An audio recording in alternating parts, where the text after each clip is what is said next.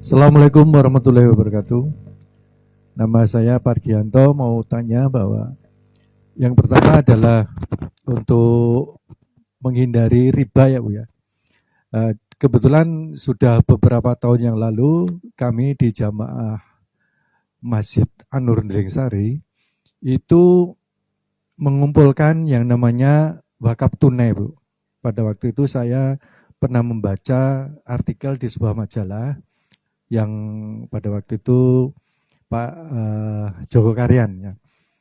Cuman di sini yang sangat sulit itu kembali lagi ke menyadarkan masyarakat yang mungkin dalam tanda petik sosialnya lebih tinggi tentang masalah pengumpul wakaf tunai. Di mana yang kami pahami wakaf tunai itu adalah dikumpulkan untuk mencegah adanya riba. Jadi wakaf tunai yang telah kami kumpulkan, kami pinjamkan tanpa bunga, Bu.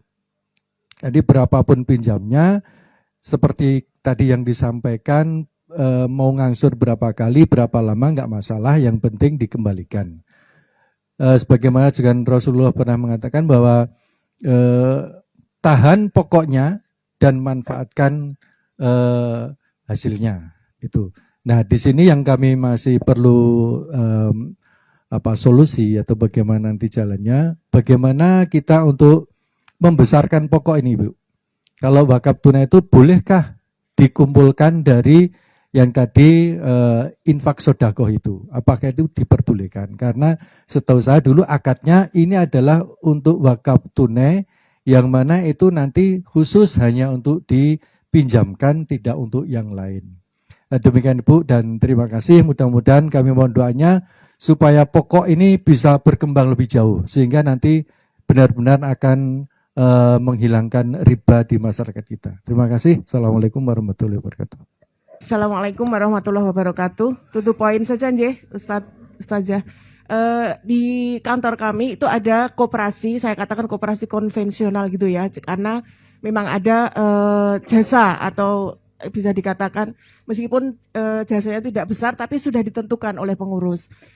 Kemudian ya saya tahu itu riba, tetapi dari teman-teman ini mengatakan bahwa koperasi kita itu tidak riba karena ini istilahnya bukan jasa tapi infak begitu ya. Jadi mengembalikan dengan kelebihan dan meskipun sudah ditentukan tapi anggota boleh memberikan dengan sukarela. Hasil dari uang itu kemudian digunakan untuk kegiatan sosial termasuk memberikan atau berbagi kepada teman-teman karyawan yang duafa, kemudian putra-putri yang yatim, piatu dan sebagainya. Nah, ini pendapat Ibu bagaimana?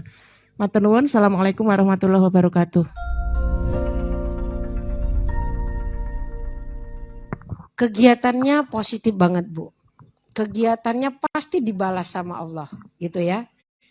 Tapi persoalan akad itu menjadi penting. Jadi kalau kita gini, mudahnya ya Bu ya, mudahnya orang yang belum akad nikah, kalau mereka melakukan hal-hal yang maka itu jadi zina, maka dosa. Tapi begitu mereka berakad, silahkan kan gitu Bu, silahkan. Nah sama juga gitu. Jadi persoalan jatuhnya riba itu karena ditetapkan. Bukan persoalan kecil atau besar Bu, bukan. Bukan juga itu saya bilang infak sedekah, bukan gitu. Nah kalau ditetapkan nanti Ibu coba buka Luqman 34. Jadi kalau kita sudah menetapkan berarti kita dulu menetapkan daripada Allah. Padahal Allah bilang di dalam Luqman 34 itu sesungguhnya yang paling tahu akan esok hari aja aku. Kenapa kamu berani menetapkan? Makanya sistemnya bagi hasil. Ada hasil baru bagi. Nggak ada hasil yang mau dibagi apanya. Gitu. Jadi kalau bisa monggo Bu diproses yang syariah gitu. Gitu ya. Mudah-mudahan gitu. Allahu a'lam bishawab. Demikian Pak Zakir. Mungkin Bapak Ibu tadi dapat door prize lah ya. Dapat door prize. Ada door prize dari BMT buat kenang-kenangan. Sekali lagi matur nuwun Pak Zakir, terima kasih Bapak Ibu sekalian.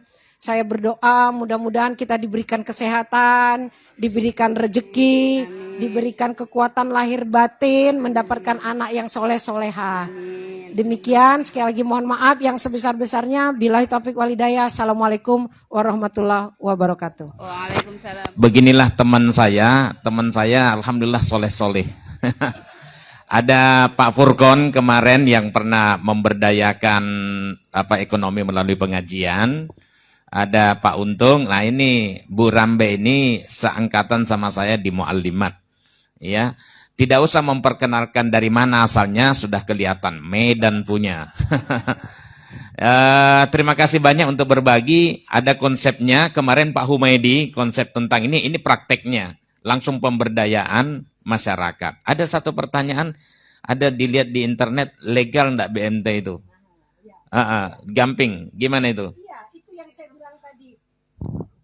Dirjennya jalannya kurang adoh. Jalan-jalannya kurang adoh. Jadi begitu nanti Pak Sakir ada yang mengatakan itu, saya langsung mengirimkan tertanda Menteri Agama yang melegalkan itu dan MKU, las MKU yang sudah tertanda tentang BMT Beringharjo. Nah, terjawab ya, matur nuwun. Jadi dirjennya jalannya kurang adoh, kurang jauh. Iya.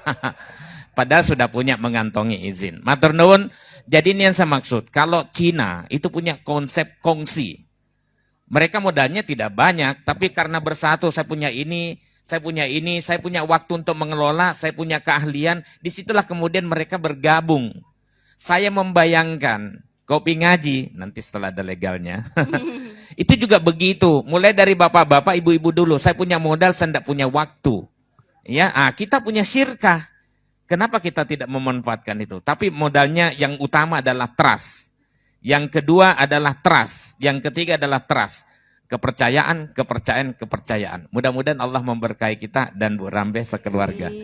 Ya, matur nuwun, monggo. Bapak, Ibu, jamaah kopi ngaji yang dirahmati Allah, marilah kajian pada pagi hari ini kita tutup dengan baca hamdalah bersama-sama. Alhamdulillahirrabbilalamin. Dari saya apabila banyak salah kami mohon maaf. Assalamualaikum warahmatullahi wabarakatuh.